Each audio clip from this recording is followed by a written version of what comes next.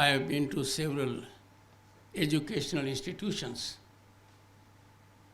but today is a remarkably unique day.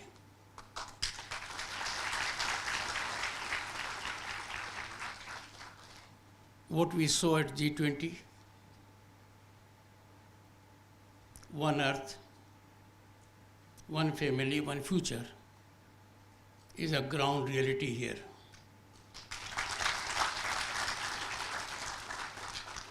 The reflection of our age-old ethos, Vasudhaiva Kutumbakam, could not have been more vibrant and will ever resonate in our ears. This is the place to send a global message. I could not have been at a better place on this day.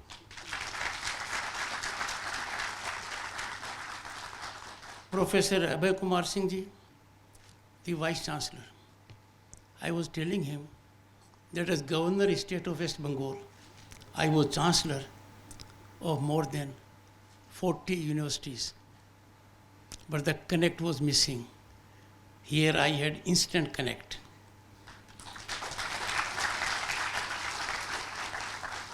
My very brief interaction with the faculty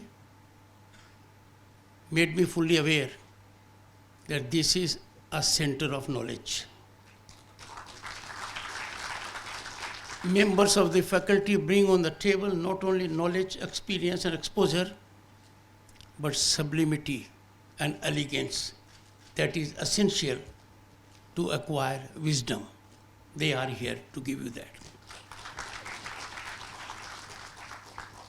A good faculty and a teacher is always a problem with the students while they are studying. But they remember them rest of their lives.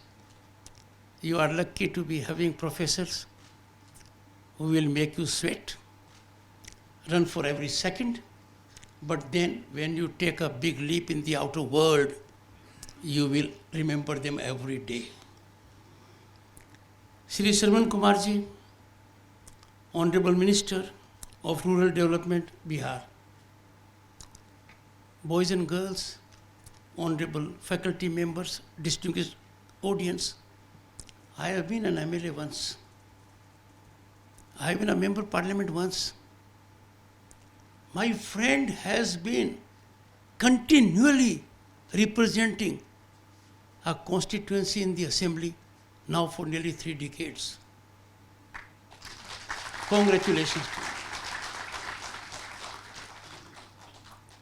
Shri Kaushalendra Kumar, Member Parliament Lok Sabha,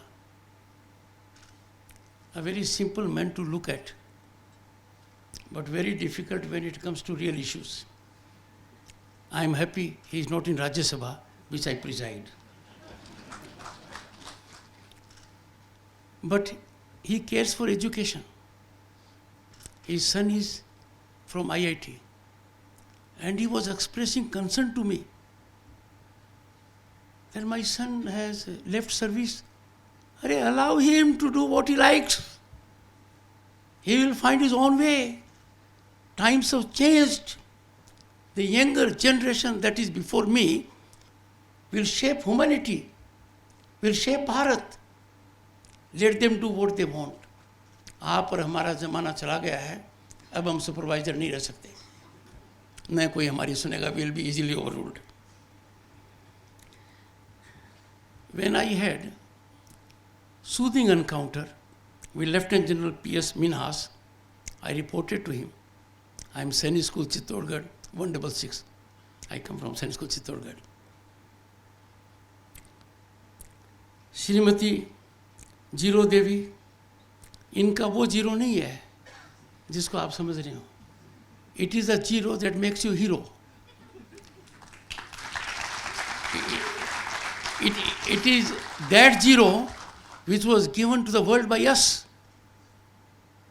Therefore, my salutations to her. She is Mukhya Parshad, Nagar Parishad. She reflects the changing profile of Bharat. And just a week ago, there was epochal development, a game changer legislation. I signed it yesterday because I was to report to Nalanda today. I signed it little before midnight. Historic development. Women in this country have got justice they were striving for decades. And unanimously in Rajya Sabha, the upper house, and with only 2 dissensions in Lok Sabha. A historic development. It is not emancipation of women. It is not de-accumulation of them. It is a real empowerment for women.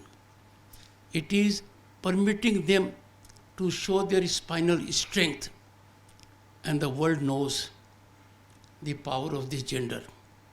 When I interact with global leaders, most of them are from this gender and very powerful. Dr. Ramesh Pratap Singh Prihar, the registrar, it is fundamental that the registrar and vice chancellor be in sync with each other. They are here. I cautioned the vice chancellor, is the registrar on the same page? Otherwise, things don't move in the right direction.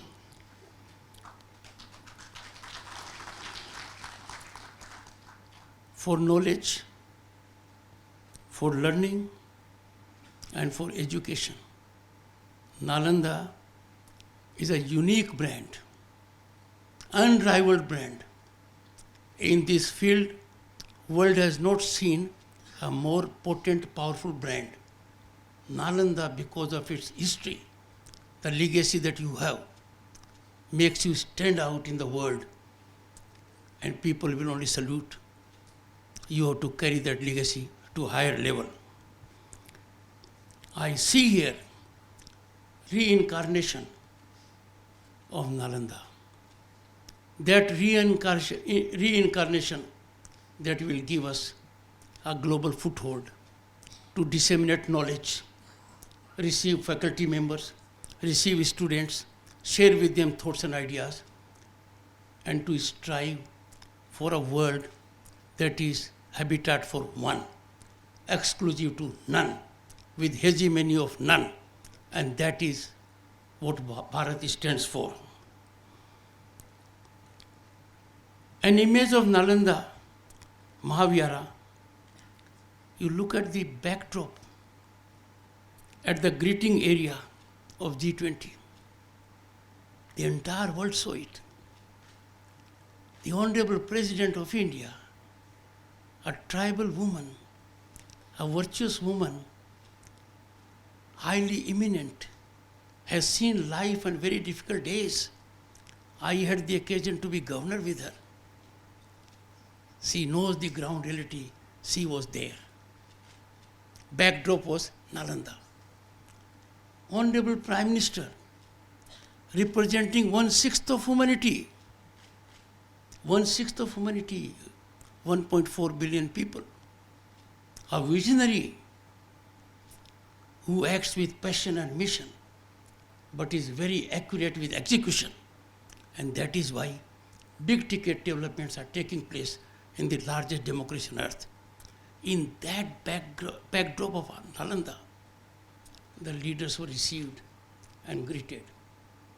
That speaks of your brand, acceptability of your brand, non-controversial, non-confrontational, collaborative, cooperative, consensual, and that is conducive to growth. Knowledge is power. Knowledge through education is the most impactful transformational mechanism. If the world has to be changed, if the society has to progress, if inequities are to be leveled, if justice is to reach the last in the line, knowledge alone can do it. Once you acquire knowledge, execution is never difficult. And that is why the countries that focus on knowledge, research, development have enough innovative ideas. Fortunately, boys and girls, there is emergence of an ecosystem now in Bharat that allows you to fully unleash your energy, exploit your talent and potential, realize your aspirations and dreams. There are no handicaps now. During my days, during days of the senior people here, the difficulties were insurmountable. We had difficulties of finance, of getting good education. But for scholarship to Sainik School Chittorgarh, I would not have got quality education. And quality education is a divine gift. But if that quality education is at a place like Nalanda, then it is much beyond divine gift. Obligations on you are correspondingly more, as you will have no option but to deliver for the larger good of humanity. When I saw the architecture of this university, it is as unique as its brand. It has several modern aspects and will inspire and motivate many.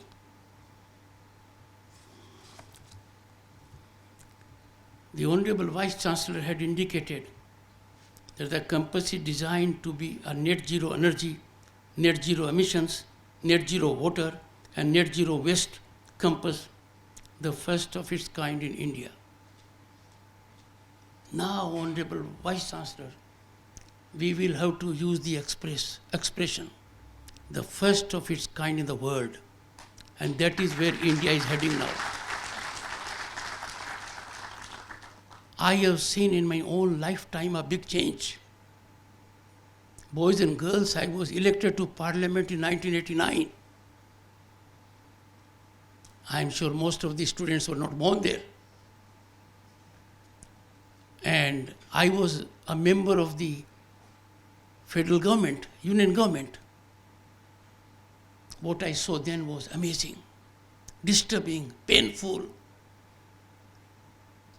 This country, Sone ki Chidiya, as Bharat was known at one point of time, had to airlift gold in physical form to be pledged to two banks because our foreign exchange reserves were close to $1 billion US.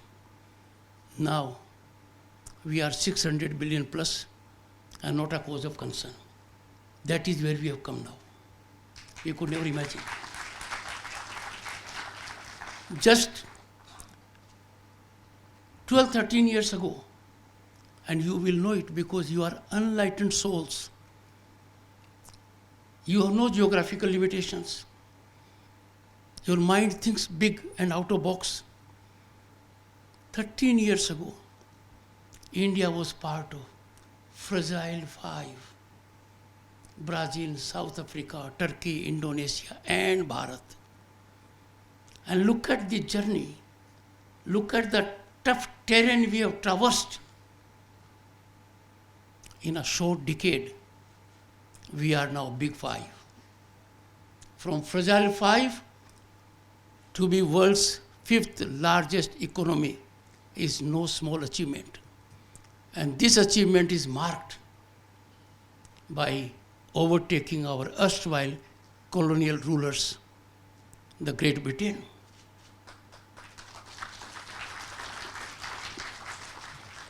By turn of the decade, I have no doubt, Bharat will be the third largest global economy, and no one disputes it. It is because of Nalanda, which is an important part of our history, our legacy, our civilization, that we come to know that travelers came from China, Korea, Japan, Tibet, Mongolia, Turkey, Sri Lanka, and Southeast Asia. Look at the kind of congenial atmosphere here. Look at the kind of library it had. Look at the kind of knowledge-friendly atmosphere was here. You are reincarnating it. And I congratulate you. You are doing it very successfully. Your journey will be incremental, geometrically, not arithmetically. Students of mathematics know the difference. Dear friends, the world thrives when there is cradle of knowledge and wisdom.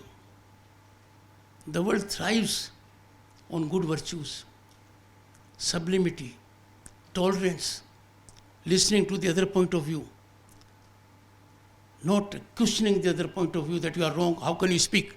No. It is your prerogative to agree to a point or not to agree. But you can never say, I will not listen to the other point of view. That being so, education is fundamental. This can emerge only from education. Education has no substitute. Education alone leads to wisdom. Education leads to tolerance.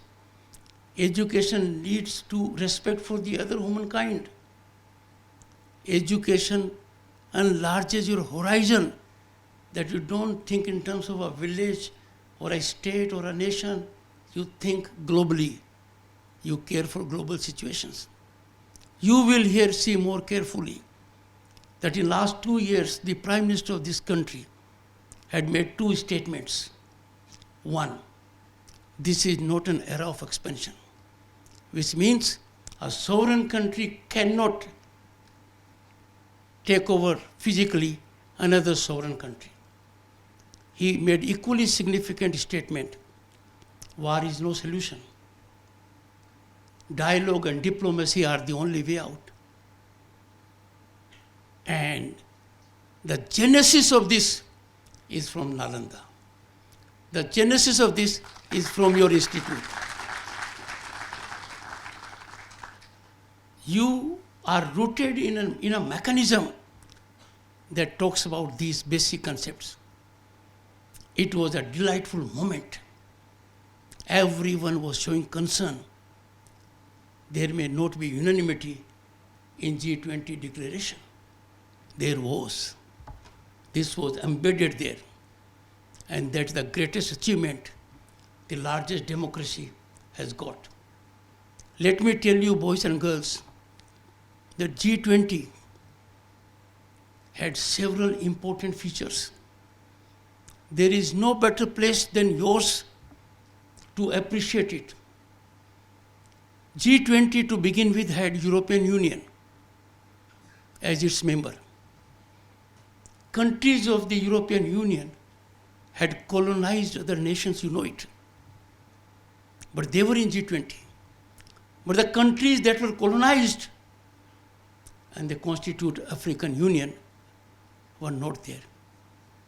Bharat very thoughtfully, under the visionary leadership of Prime Minister Narendra Modi, could get a 21st member of G20, African Union. A great achievement. A great achievement for liberty, for human rights, for world unity, for global peace and harmony. And look at the second achievement. And second achievement is India, Middle East, Europe economic corridor. That will shape your future. That will make available to you opportunities you may not have ever thought of. This was in existence around the time when Nalanda was in existence earlier. It had disappeared. A revival is taking place.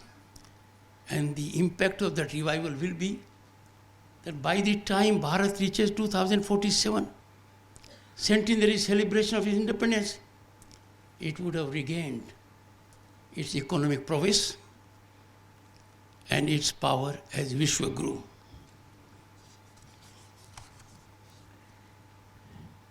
Friends, Young people here are foot soldiers of democracy.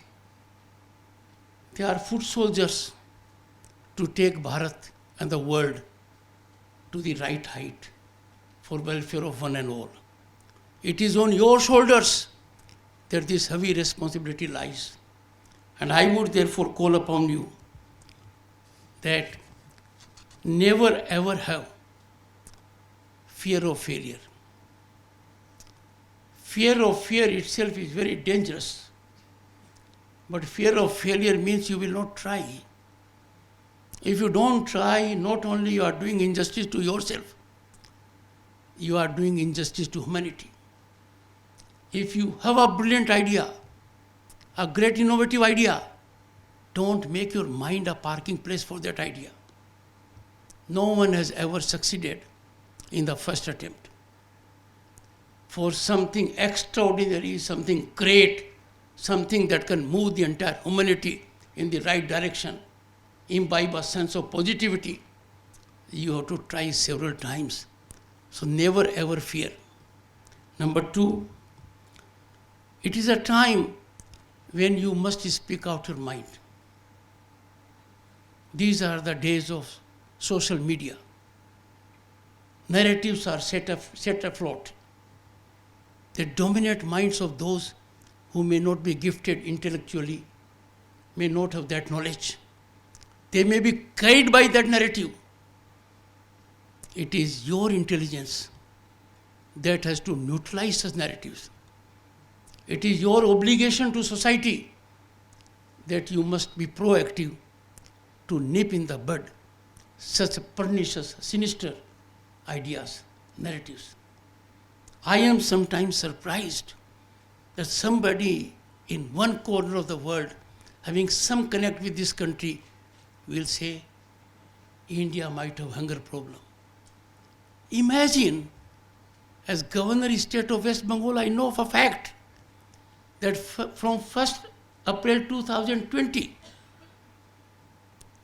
more than 800 million people are being fed with rice, wheat and pulse free. That continues now. This country has that economic power. Therefore, such narratives we must neutralize. It is our obligation. We have to be in touch with ground reality. I am a president. The lady was indicated. India is the brightest spot of global economy. India is a destination, favorite, hot destination of investment and opportunity. You have to avail that opportunity. You have to make the most of it. You don't have to look for opportunities. They are knocking your door. World Bank President, what did he say? And he said, India has achieved in 6 years a digital mechanism which could not be achieved in 47 years. Coming as it does from a man who knows his game. But I'll buttress it by hard facts. In 2022, the data shows that digital transactions of the world, India accounted for 46%. The entire world taken as a unit, we are 46%. And digital transactions are taking place in USA, UK, France and Germany. We are 4 times the combined transactions of USA, UK, France and Germany. What an achievement. And I therefore call upon every Bharatiya to take pride in these phenomenal developments. They are ground reality. Look at internet. You are in the high category, premium category, platinum category. But ordinary Indian living in village, living in semi-urban areas is also techno-savvy. And that is why when per capita data consumption for internet was assessed in 2022. Our per capita data consumption was more than that of, hold your breath, more than that of USA and China taken together. That is our achievement.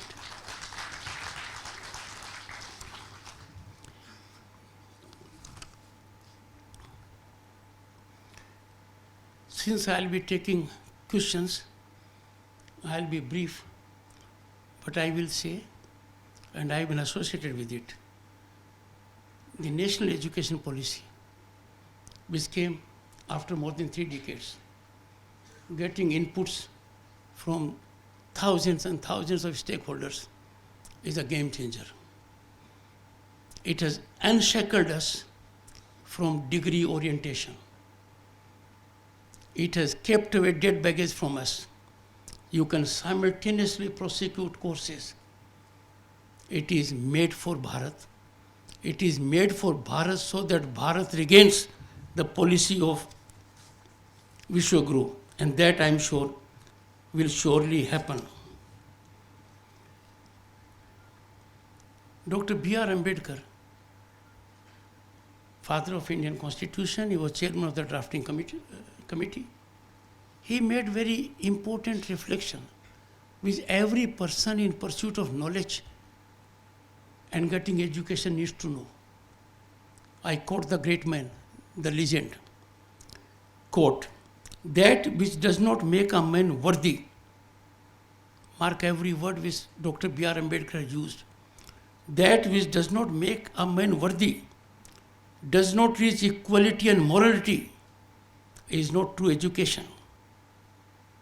True education protects humanity in the society, becomes the support of livelihood, teaches men the lessons of knowledge and equality. True education creates life in society. I am before a group that has potential to be epicenter of generating this theme so that it gets viral in a positive sense. Friends, this century belongs to Asia, and we can look at the horizon. It is discernible. In Asia, in emergence of this mechanism, Bharat has to play a very, very great role. And that role for Bharat is something which can be done only by young minds. Be inquisitive. Never stop learning. Even if you live in Nalanda, you take it from me, your learning begins then also. As human beings, enjoined with the task to contribute to the society at large at a global level, you can never stop learning. Always have respect for the other point of view. Don't be judgmental about it. Sometimes my experience is the other point of view is the correct point of view. We are doing injustice to intellect, to humanity, and to growth when we shut our mind to the other point of view. Follow your aptitude and conviction. We have gone out of the mind. The Honorable Member of Parliament, his son is brilliant from IIT, but our Honorable Member of Parliament wants him with a fat pay package. But the boy will make success wherever he goes. So go as per your aptitude, as per your inner conviction. And you know more than I do who created Microsoft or Google. I don't say drop out. It's not a good thing to drop out. But if you drop out, then also things are larger.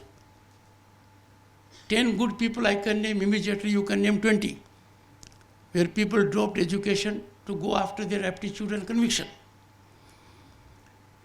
Fear, as I said, is killer of growth. You have to contribute to growth. You therefore can't be in fear. Be innovative. Think out of the box.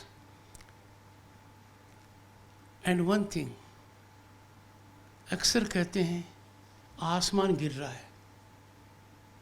We are challenged quite often, heavens will fall. I put it to you, historically, heavens have never fallen. Not a single instance where heavens have fallen. Why would they fall now? So don't be under that fear or trauma. Boys and girls,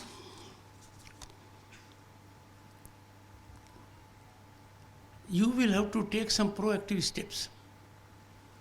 Now I am somewhat on nationalism, sovereignty. Never allow evolution, growth, or generation of political equity that trades ignorance. Someone is ignorant, we don't educate him or her, we don't enlighten, and we exploit that ignorance to raise our political equity. That cannot be allowed and should never happen. You must keep national interest uppermost. It is not optional. It is the only way. All I can say is that ये चिंतन का विषय है, मंथन का विषय है, चिंता का विषय है कि कुछ लोग संवैधानिक संस्थाओं पर अमर्यादित टिप्पणी करते हैं राजनीतिक चश्मा पहनकर. ऐसा उनको नहीं करना चाहिए. ये आचरण हमारी सांस्कृतिक धरोहर के विपरीत है. ऐसा जो भी कर रहे हैं जाने अनजाने में देश का बहुत बड़ा अहित कर रहे हैं. हमारा संकल्प है हम भारतीयता को, हमारी सांस्कृतिक धरोहर है, इसका सर्जन करें और मर्यादित आचरण करें. जो व्यक्ति जितने बड़े पद पर है उसका आचरण उतना ही मर्यादित होना चाहिए. राजनीतिक फायदा उठाने के लिए कोई भी टिप्पणी करना अच्छी बात नहीं है. I call upon everyone to be quite responsible when it comes to constitutional institutions. We must not look at constitutional functionaries with political prism only to score brownie political points. That is not acceptable. But who can neutralize this? This can be neutralized by people who are before me, boys and girls.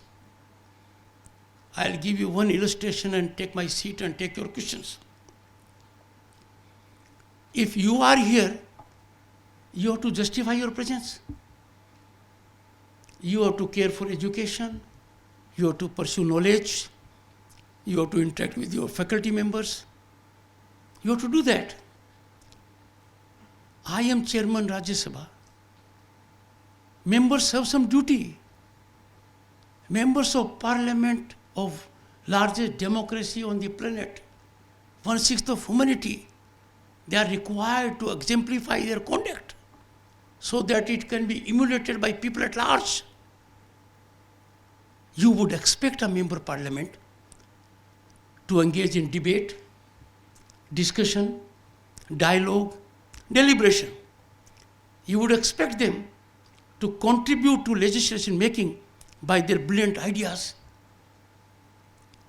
The last thing you would expect is disturbance and disruption. We are witnessing it. Constituent Assembly gave us constitution. For 3 years they met in several sessions. There was no disruption. Only deliberations. They had very critical issues before them. Contentious issues, divisive issues, They negotiated the rough curves by consensual approach, by engaging in dialogue, discussion. I therefore appeal to young minds.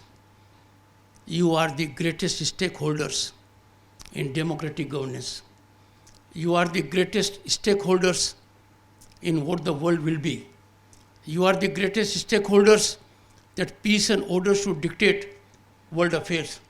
You are the greatest stakeholders to ensure that natural resources cannot be used because people can financially afford. There will have to be optimal utilization of natural resources because it's a collective gift, divine gift to one and all, not to those who have rich pockets. I'm grateful to the Vice Chancellor and to every one of you for being so patient. And also to my gracious wife, she is a PhD in economics, for being tolerant of my ideas so far.